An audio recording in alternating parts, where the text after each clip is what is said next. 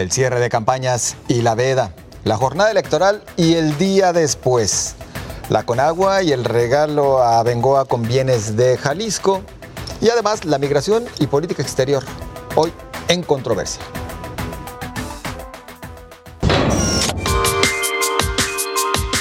La guerra sucia aumenta conforme se acerca la fecha para los cierres de campaña. Esto incluye denuncias y acusaciones, lodo en las redes sociales. Morena y Movimiento Ciudadano son los principales protagonistas. Todo termina el miércoles 27 de junio. La mayoría de los candidatos han realizado cierres parciales y este día se prevén los cierres de campaña presidenciales, con todos los candidatos a diputaciones, senadurías, presidencias municipales y gubernaturas. A partir del jueves 28 de junio, la ley establece que los candidatos no podrán realizar actos de campaña ni colocar o distribuir propaganda electoral. Las encuestadoras tampoco podrán difundir más resultados de preferencia del voto. Los candidatos o sus equipos podrán empezar a retirar la propaganda fija en las calles, pues la ley indica que los anuncios deberán estar retirados 3 días antes de la elección.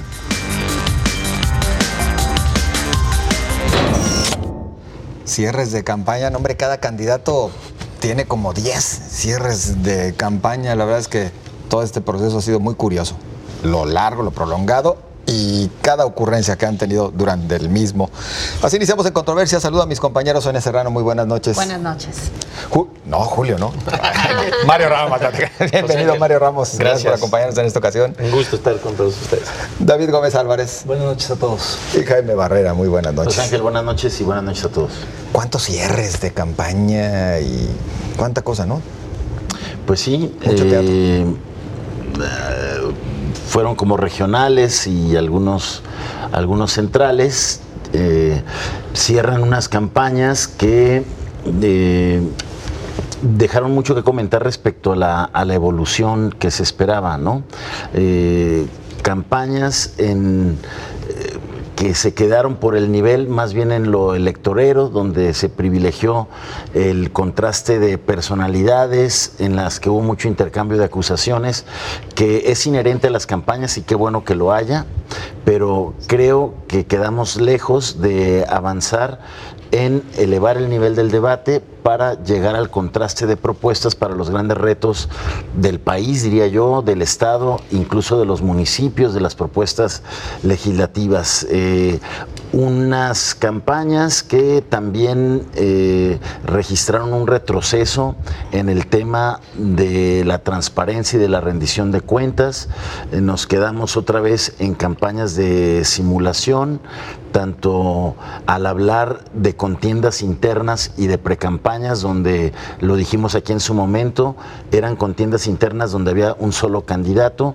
Hubo un retroceso en lo que se había avanzado en cuanto a rendición de cuentas de candidatos y de partidos con el asunto de la ley 3 de 3, que fue como el gran avance de la sociedad civil en los dos pasados procesos electorales y en el que en este se tiene un retroceso muy importante. Apenas el 5% de los candidatos en Jalisco, por ejemplo, cumplieron con esa invitación de la sociedad civil, lo que de alguna manera va a complicar que siga avanzando este instrumento que quedó dentro del paquete de leyes anticorrupción, pero del que hace falta definir cómo va a ser el formato de transparencia de los funcionarios.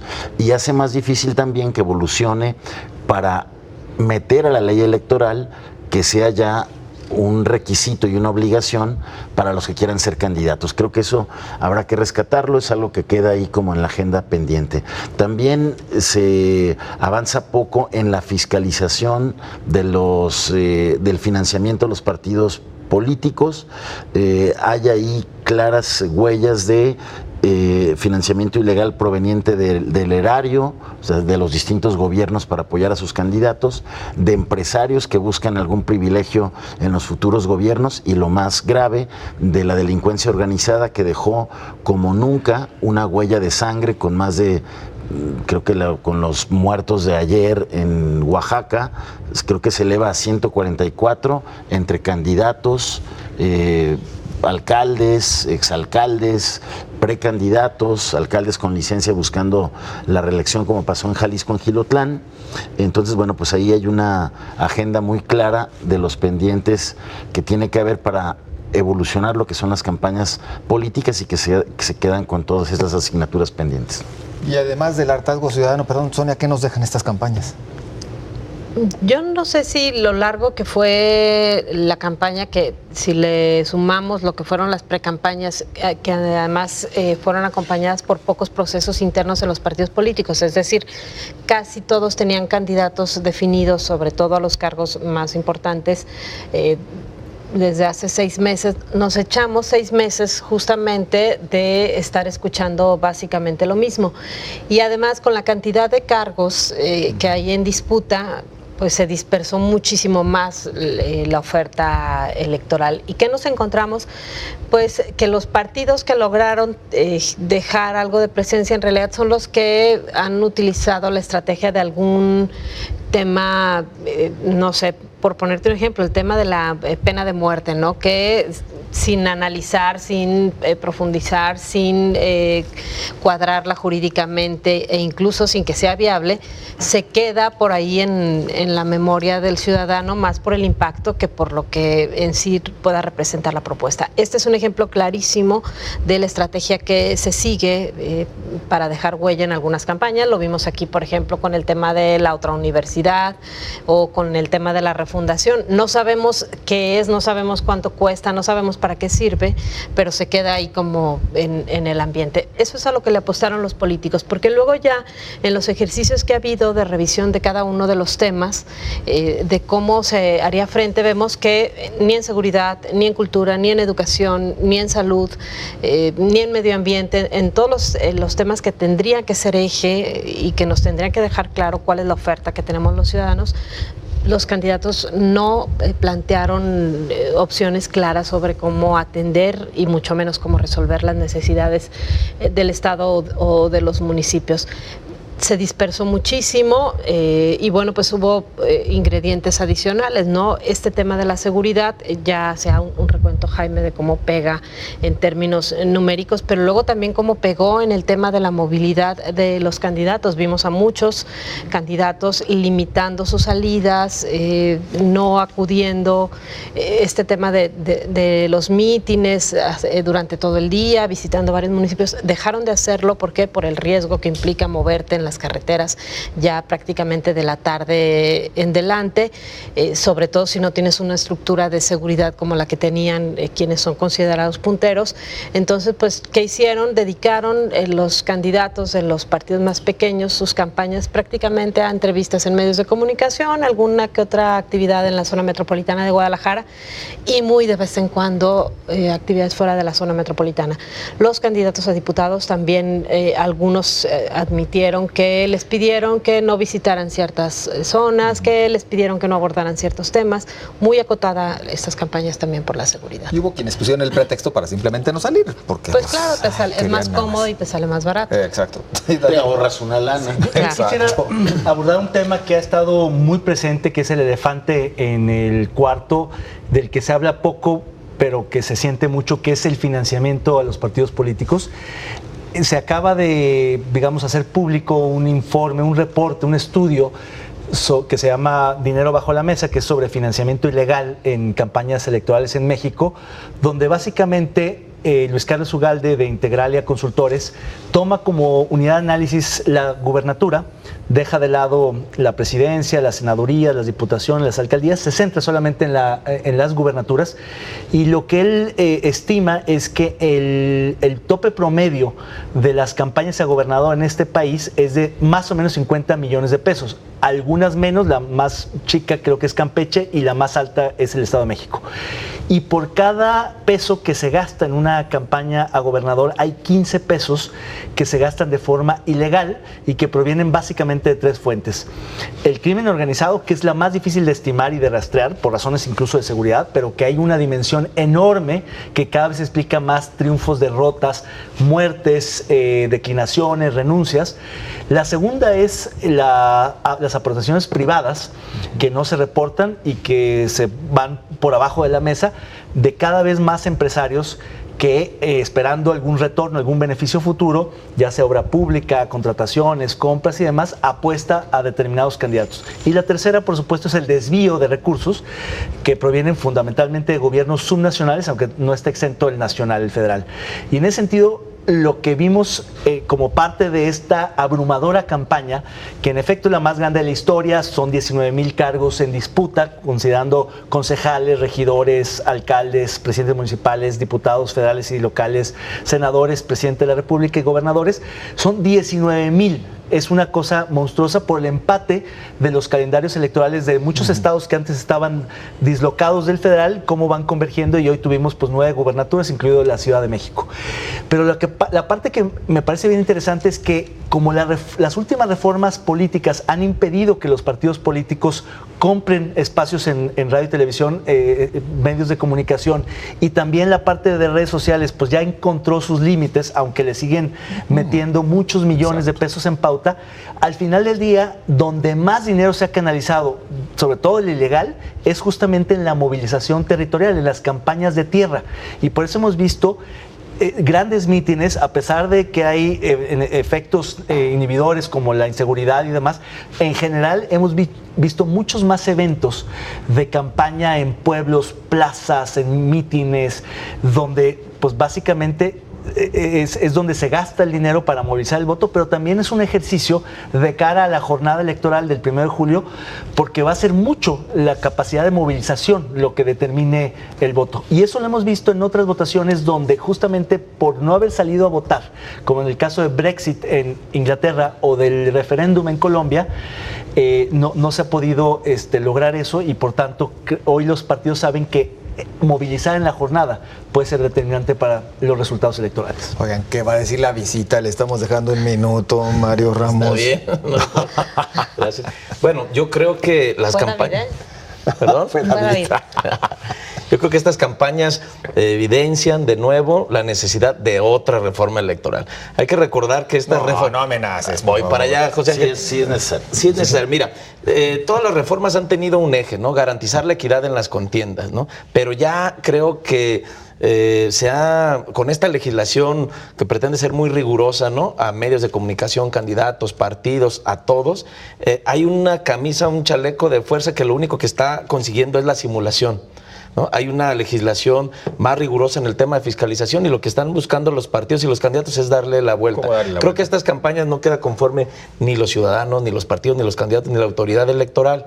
El modelo de comunicación política que establece esta legislación es obsoleto, ¿no? El tiempo oficial del Estado destinando a campañas de despotización, ¿no? Ahora, si bien no pueden gastar como antes y no pueden gastar en las formas y recursos que tenían antes, bueno, están buscando la manera los candidatos y los partidos de darle la vuelta. No creo que hayan aportado suficiente información o suficientes elementos para contrastar perfiles, trayectorias y propuestas.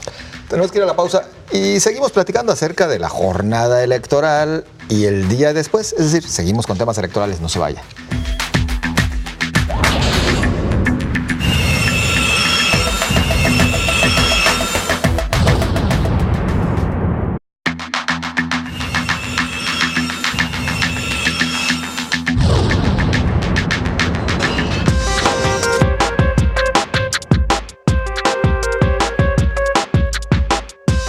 Se llevarán a cabo elecciones federales para elegir un presidente de la República, 128 senadores y 500 diputados, así como elecciones municipales y Congreso estatal en 17 estados. En 9 entidades del país habrá elecciones para gubernaturas. En Veracruz, la elección de gobernador es de carácter extraordinario. 3.325 cargos están en juego. Prevén una participación de un 54% o más de los electores, tomando en cuenta la historia electoral de las elecciones presidenciales. El INE ha declarado que no tendrá resultados de la elección hasta después de 24 horas, es decir, hasta las 8 de la mañana del día siguiente podría tener alrededor del 80% del escrutinio. A las 12 de la noche del día 1 de julio solo tendrá entre el 10 y el 12%. Organizaciones y analistas han previsto que gane quien gane, México se enfrentará a un complejo escenario y a una ruptura del sistema político.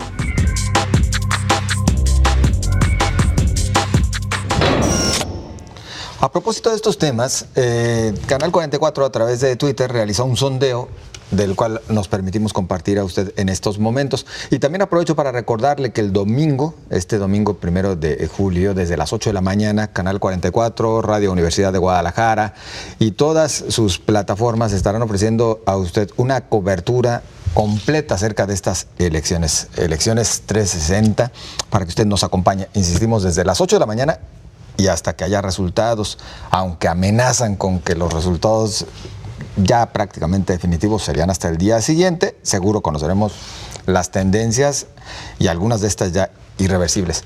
Pero vamos al sondeo en Twitter en este momento para que usted se dé cuenta de cómo avanzan las cosas en las redes sociales. Se acaban las campañas. ¿Cómo se siente usted? Es la pregunta. Dice, estoy muy satisfecho, el 7%. Estoy harto, 89%, y el 4% se declara confundido. Pero mire usted, 89% de los ciudadanos que contestaron este sondeo en Twitter se dice harto. No es para menos, Mario.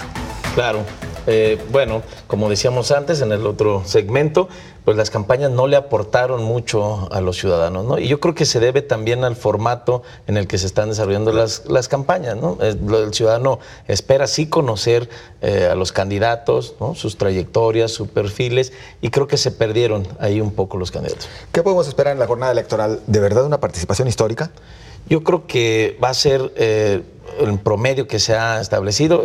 Veía yo en la cápsula 50 y tantos %. Creo que ha estado en las elecciones presidenciales arriba del 60%. Yo creo que sí puede haber una participación de 63%. A ver, yo creo que ahí se puede notar toda esta movilización extra que va a querer hacer, por ejemplo, el partido oficial para tratar de asegurar el segundo lugar. Un fenómeno parecido a lo que pasó en el Estado de México, donde se superó el promedio histórico de votación porque la movilización fue incluso a lugares donde la votación era muy baja históricamente y fueron a sacar prácticamente a los electores con estímulos ilegales, hay que decirlo, para que fueran a votar, ¿no? Compra de voto, estímulo, llevado, acarreo, en fin. Eso pudiera elevar, creo yo, el porcentaje histórico de votación, y sería un punto interesante a analizar. A ver, ¿coinciden en que sería de esta manera, David? Pues esa es una, pero yo creo que en general el ánimo electoral, por el hecho de que son elecciones concurrentes y porque está en juego la presidencial y porque hay muchas campañas y muchísimo dinero y movilización y spots y pauta en redes sociales, yo calculo que estará entre 65 y 70%. Curiosamente, no será la más Que hace copiosa. mucho no se alcanza un 70%. La más alta, el 77, es la de 1994. Que muchos politólogos han preguntado por qué fue tan alta esa cuando ganó Zedillo, que fue antes del error de diciembre con el asesinato de Colosio, pero seguramente esta fue conmovió, tal vez. Pero va a ser quizá más alta que la del 2000, muy probablemente con la transición con Fox. Bueno, y en ese sentido, ¿qué podemos esperar en el día después?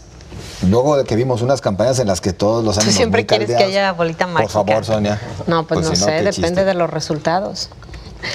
A ver, lo que yo creo es que Sí, la vamos, diferencia que ha habido... No, yo no voy a dar... bueno, lo que sí creo es que las encuestas han marcado diferencias tan importantes que en el resultado definitivo parece que no habría tanto conflicto.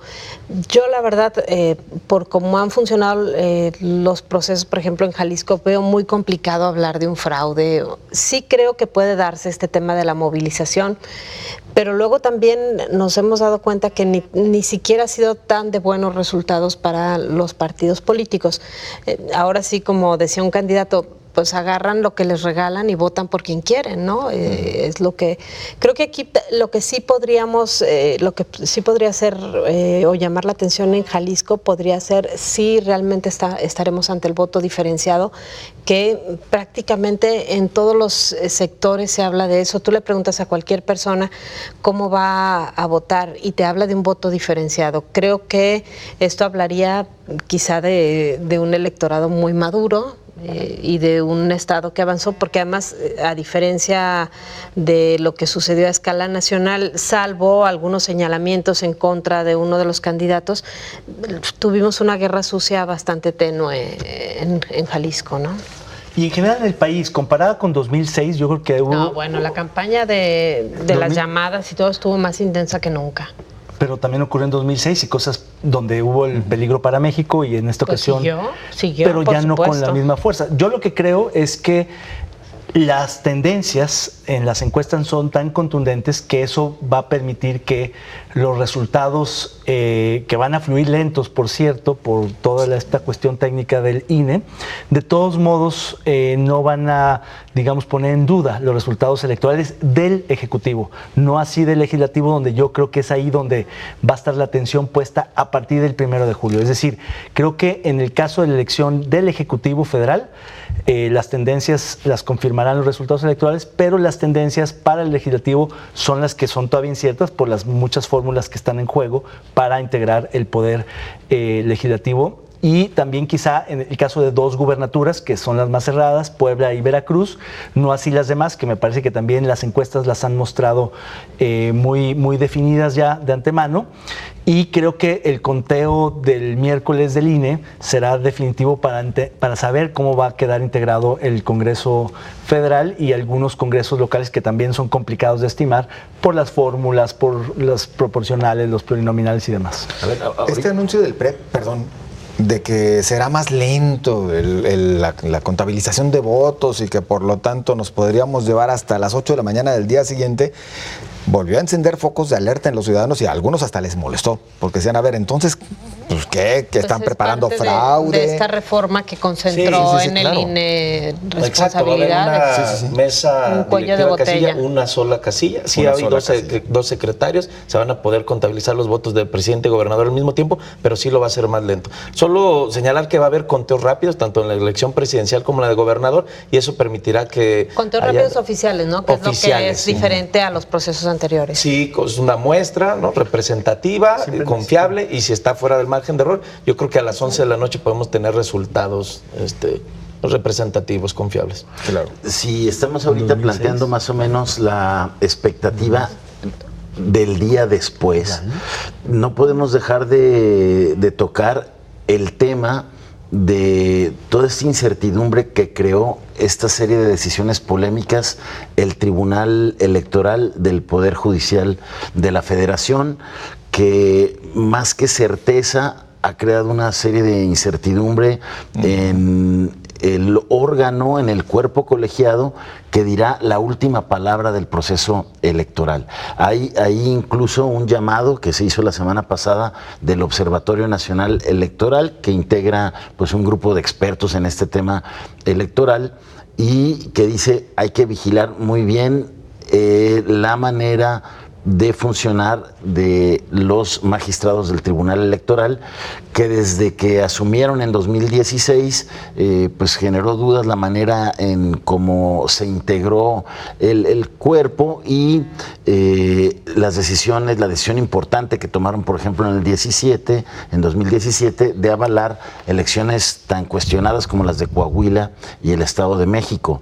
Y el aval que le dieron, por ejemplo, al candidato independiente Jaime Rodríguez el Bronco, los desencuentros que tuvo constantemente con el INE, el modificar el asunto del tema de los requisitos para anular la elección. Entonces, bueno, pues ojalá que haya una vigilancia y un comportamiento responsable y a la altura del momento crítico que tiene el país en una elección, ya se dijo, la más grande, pero de la que depende también el futuro de este país.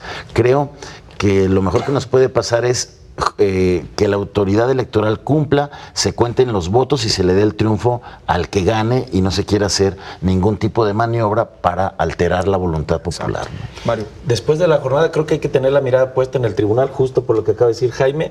Me preocupan que hay 3 causales de nulidad de la elección: compra o adquisición de tiempo oficial. Pero lo movieron los márgenes. Claro, pero está ahí. Sí, los topes, el rebase de topes de gastos de campaña y recursos de procedencia ilícita o públicos en la campaña. O sea, el tribunal tiene ahí una manga ancha, incluso para anular la elección. Que el rebase de topes yo creo que pues tendría que Pero ser cada vez se animan menos, parejo. porque si los márgenes son muy amplios, pues hay una suerte de mandato ahí, simplemente que hay, como todos se pasan, como todos rebasan los topes, como todos compran por abajo de la mesa o de manera indirecta espacios y demás, pero yo sí creo que han puesto digamos el dedo en el punto clave, que es el tribunal, que ha sido muy incierto y ha sido muy polémico, y finalmente es la última palabra, y muchas de las elecciones, sobre todo de diputados, se podrían judicializar y terminar siendo resueltas por el Tribunal Electoral del Poder Judicial de la Federación el 15 de septiembre. Es decir, quizá tengamos una estimación incompleta del Congreso, pero no absoluta, porque hay muchas elecciones pequeñas que sí se podrían ir hasta el último día. Bueno, con esto nos vamos nosotros a la pausa. Continuamos. Hay más temas. No se vayan.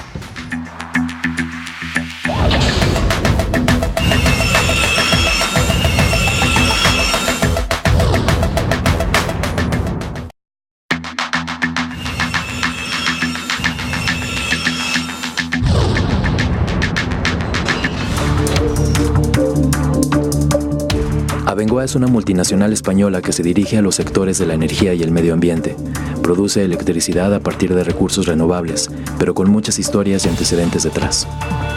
La empresa demandó que le sea pagada la obra del acueducto que iría de la presa El Zapotillo a León, Guanajuato.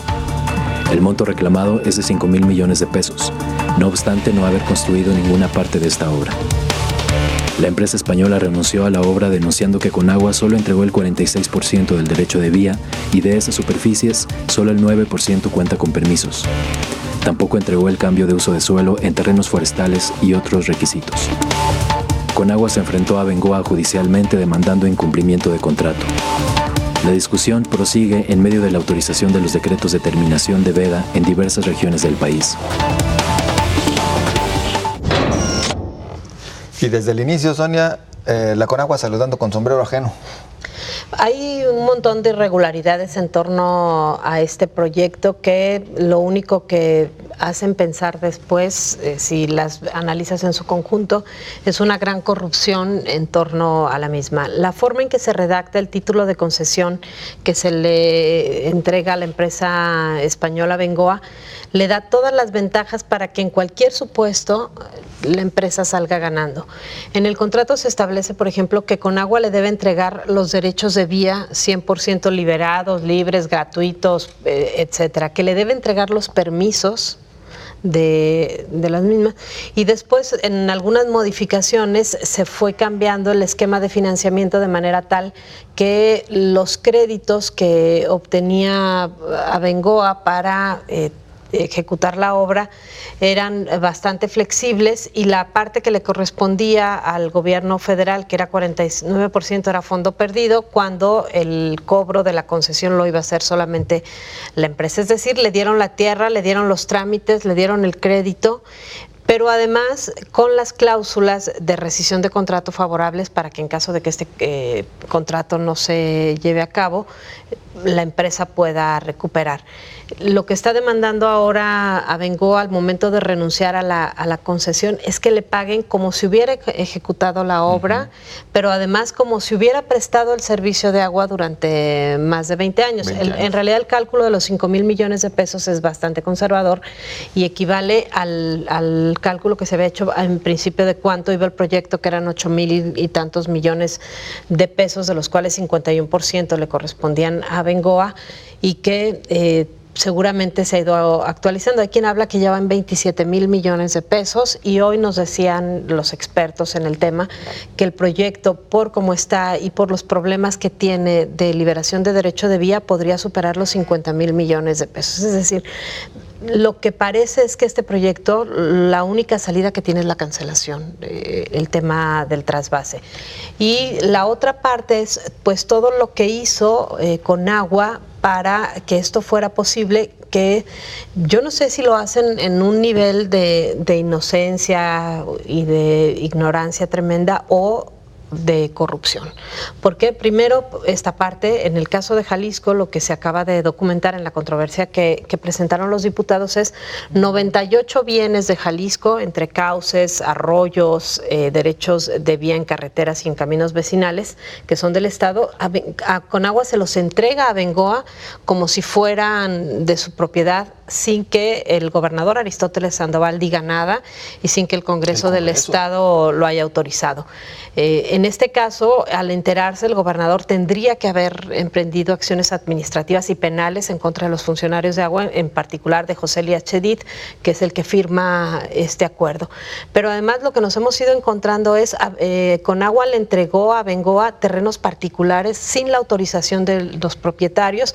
De hecho, hay 2 amparos que ganó el ejido Agua de Obispo y otro más que ganaron la suspensión los ganaderos de San Juan de los Lagos, para que no pase por su territorio, porque Conagua le había entregado a Bengoa el paso por el ejido y por las tierras donde están pastando el ganado que son propiedad de los ganaderos.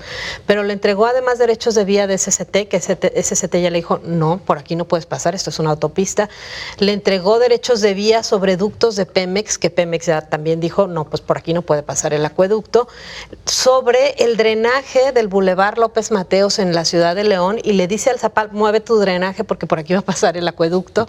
Es decir, una cantidad de irregularidades que ya no sabríamos cómo se tendrían que solventar, ¿no?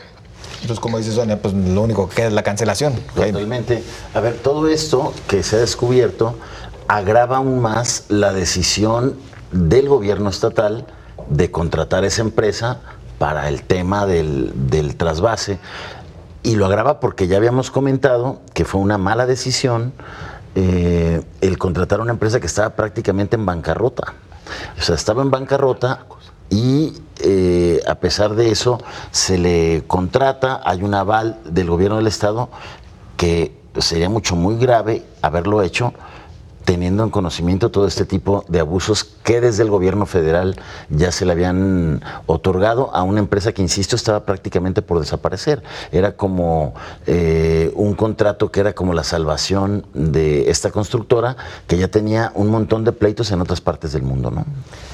¿Inocencia, como dice Sonia, o no, completamente mala leche? Total abuso, y yo creo que lo que ha sucedido en el país, porque es un patrón, Sonia conoce este caso al derecho al revés, pero hay similitudes con el caso de otras empresas españolas, portuguesas, norteamericanas, de grandes empresarios globales que, a diferencia de cómo operan en sus propios países, no solo con restricciones legales, sino con mucha más probidad, en países en desarrollo, con gobiernos corruptos y laxos, hacen lo que nunca harían en ninguna otra parte, y mucho menos en sus países, por las sanciones y las implicaciones que tendrían sus actuaciones.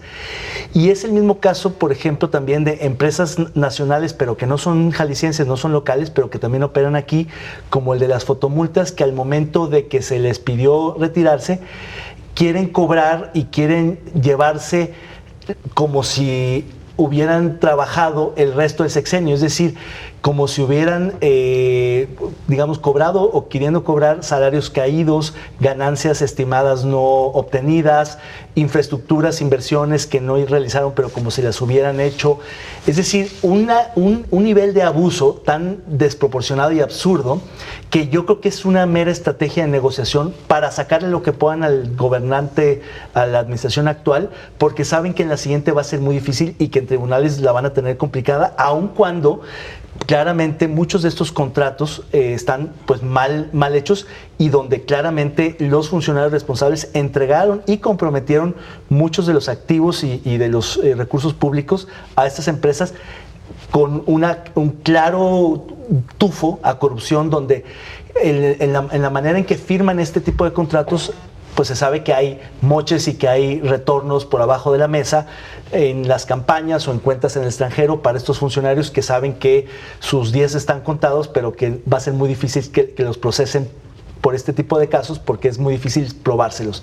Pero lo que es cierto es que en estas grandes obras, la sociedad civil, los medios de comunicación, la sociedad en general, se ha enterado tarde de la letra chiquita de los contratos, ya cuando el tema está a punto de estallar y cuando es muy difícil revertir muchos de los abusos. Entonces me parece que este es uno de los grandes escándalos de corrupción de este sexenio, donde claramente hubo un contubernio del gobierno federal con el gobierno del estado y con una empresa cuyos responsables no los conocemos porque es extranjera, pero aquí sí hay nombres muy claros como el director de la Conagua y el cártel del agua de Jalisco, que ha sido ya identificado, que por supuesto hizo un gran negocio. Y mientras persisten y se dan a conocer este tipo de actos, este tipo de abusos y de posibles actos de corrupción, pues seguimos padeciendo los problemas de abastecimiento de agua en diferentes poblaciones, incluidas grandes ciudades, Mario. Por supuesto, yo creo que son negocios que se hacen, que si se realizan o si llegan al final o no, de todas maneras los involucrados ya ganaron. Yo coincido con los compañeros de la mesa, es una corrupción que repite un patrón de muchos otros negocios que se han hecho en el Estado o en otras partes del Estado, donde empresas junto o en contubernio con servidores públicos arreglan las cosas de tal manera de que de cualquier forma, pase lo que pase, salen ganando ellos, ¿no?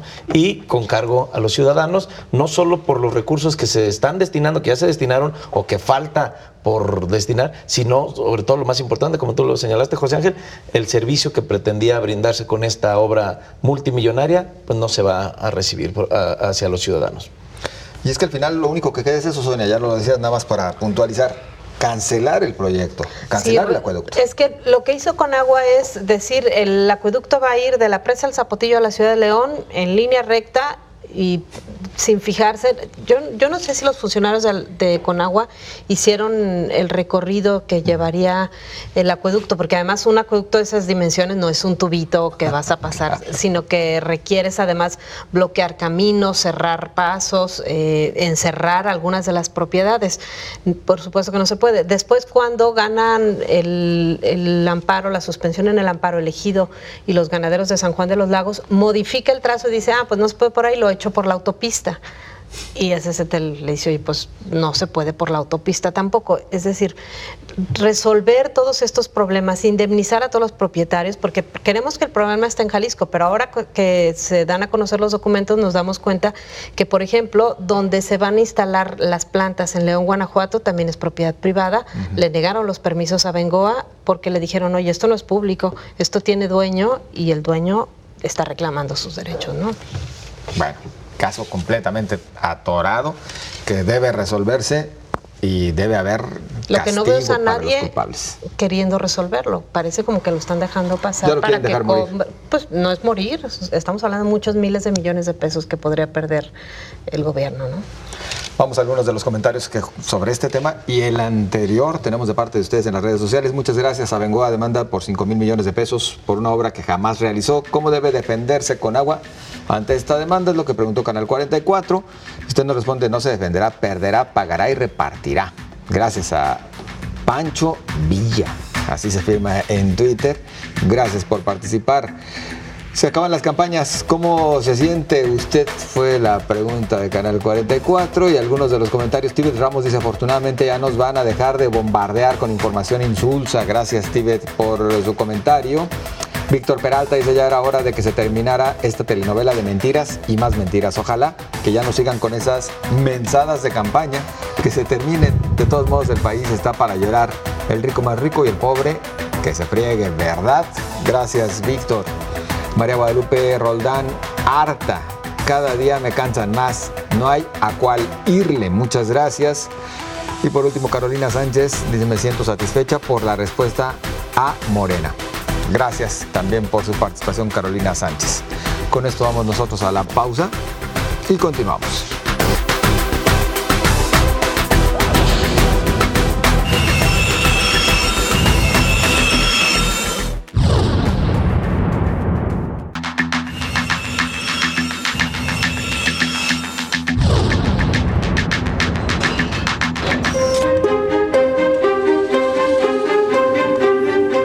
Tras el caso de más de 2,000 niños en jaulas y separados de sus padres, Donald Trump pasa por una nueva crisis en su gobierno. Y una gran duda, cumplir sus promesas de campaña o que siga la presión mundial sobre él. El activismo de ayuda a migrantes crece día con día en Estados Unidos, luego de que han visto en medios de comunicación cómo las autoridades migratorias han separado a los niños de sus padres en la frontera con México. Observadores indican que la política agresiva de Trump se conservará hasta el otoño en vista de las elecciones primarias, pues se prepara para la reelección y desea mantener sus promesas de campaña, entre ellas las que focalizan a México. La Comisión Permanente del Congreso de la Unión conformó un grupo de legisladores encabezados por su presidente Ernesto Cordero para entrevistarse con legisladores de Estados Unidos y construir una agenda que resuelva la situación de los niños migrantes separados de sus padres. En México, el gobierno federal es otra vez puesto bajo las críticas, por lo que muchos consideran una respuesta tibia y tardía.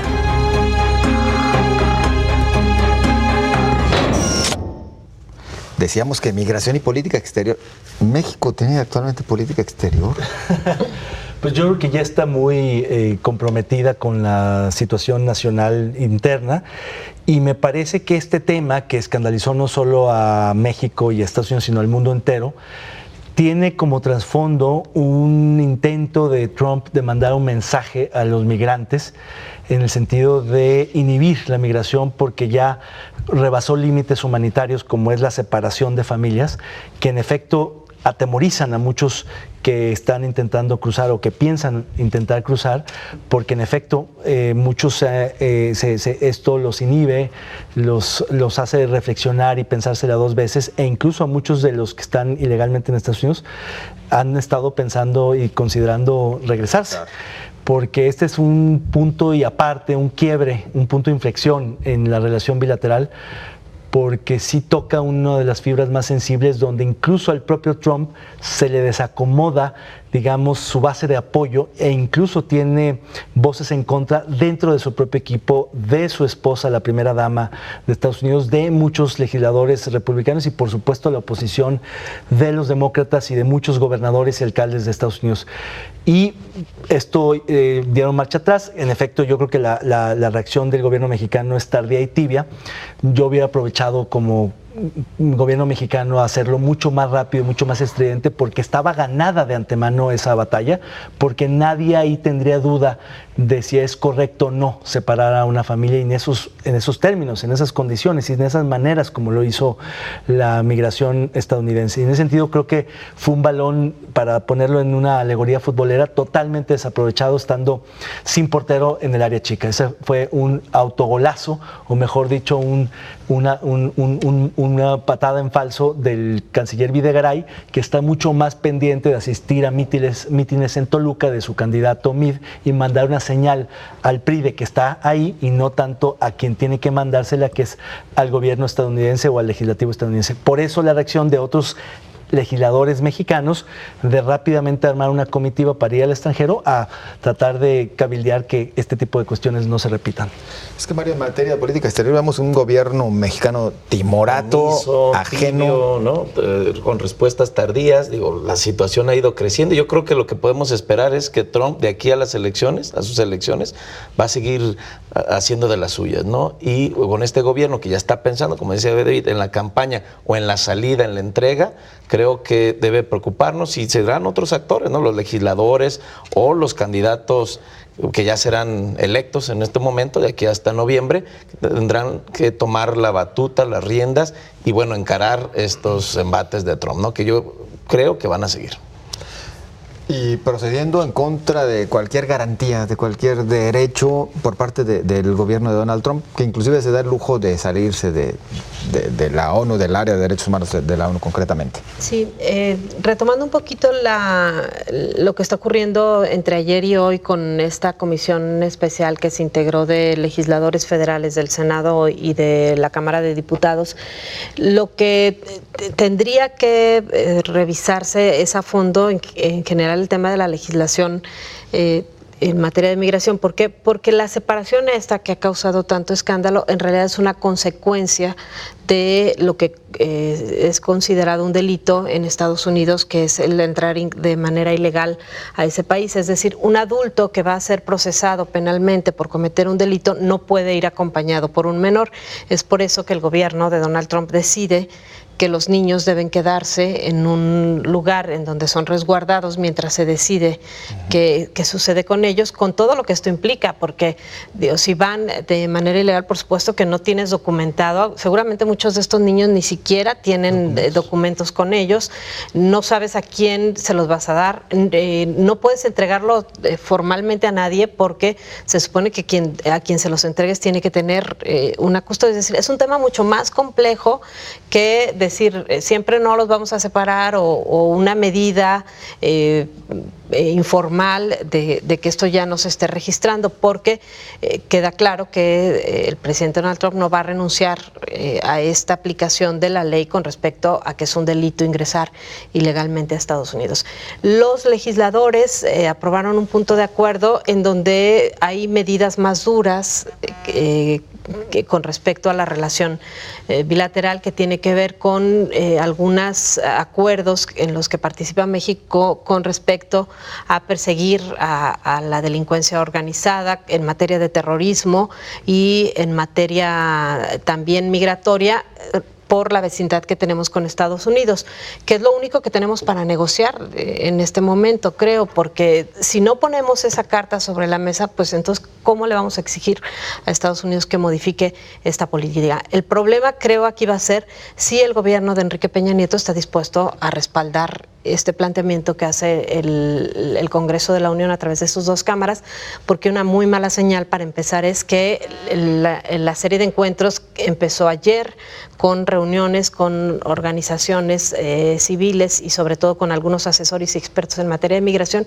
y Luis Videgaray no asistió a ninguna de las reuniones, llega hoy a un desayuno, no estuvo tampoco en la embajada para ver qué están haciendo la red de consulados y la misma embajada en Estados Unidos, y se incorpora apenas hoy a la agenda ya de reuniones con los legisladores. Creo que están caminando con dos planteamientos diferentes, el Congreso de la Unión y el gobierno federal, y si no se empatan, pues va a ser muy difícil que México logre resultados definitivos, además de incorporar a otras organizaciones. Hoy está programada también la reunión con la OEA, porque la mayor parte de estos menores que fueron separados no son mexicanos.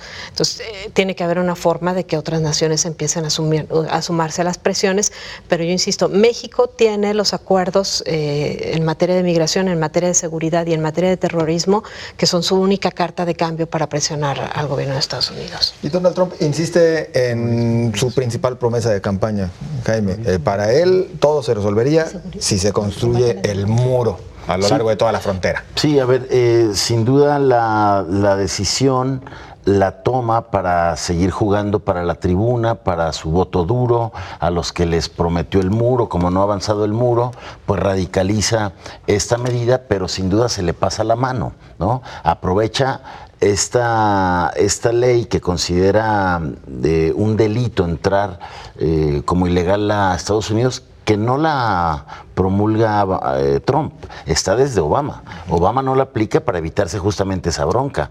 Cuando la quiere aplicar y ve que se va a venir el tema de la separación de los padres con los niños, pues lo que hace mejor es optar por la deportación, más que por el encarcelamiento de los inmigrantes. Trump ve esa posibilidad, lo hace, y algunos analistas estadounidenses dicen, creó el problema para luego salir con la solución y seguir jugando electoralmente. Y hace como que atiende las críticas de la presión de la comunidad internacional, pero rectifica y empieza a jugar y a anunciar ambiguamente que va a corregir el tema toda una mañana con su Twitter diciendo, pero voy, les tengo un anuncio importante de ese tema, más por los reclamos que recibió de los propios candidatos republicanos hoy en campaña, que dicen, oye, eso me está afectando electoralmente a mí, se te pasó la mano y eso nos va a afectar lejos de fortalecernos. Eso hace corregir a Trump este tema, pero como lo comentaba Sonia, esa marcha atrás no es la solución ni garantiza la solución. Creo que desde organismos internacionales, México por su parte, tiene que cabildear, hacer las gestiones necesarias para ver cómo va a quedar o cómo se va a garantizar que cuando en Estados Unidos quieran cumplir con lo que dice su Constitución, no se va a afectar a la parte de los menores y menos con esas políticas extremas, racistas, donde confinan a los niños en jaulas al más puro estilo fascista hitleriano, ¿no? Este tipo de acciones, estos bandazos, sus famosos tweets, ¿realmente le abonan a Donald Trump para que tenga posibilidades él y su partido en el próximo proceso? Que sí, yo creo que lo tienen muy medido.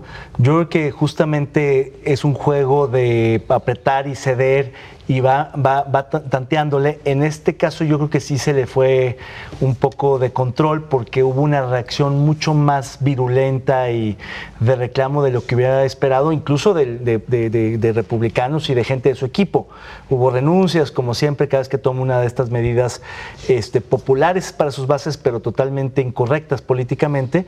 Y yo creo que la sigue midiendo, pero creo que por eso rápidamente corrigió y está tratando de ofrecer otras cosas a cambio y suavizó completamente el tema respecto de cómo al principio salió a defenderlo, a posicionarlo. Entonces, en ese sentido, yo sí creo que va a seguir con ese tipo de toma y daca en todos los temas, en lo comercial con China, en el Tratado de Libre Comercio con Canadá y con México, en la migración, en prácticamente todos los aspectos, porque él entendió que a tuitazos también se puede gobernar.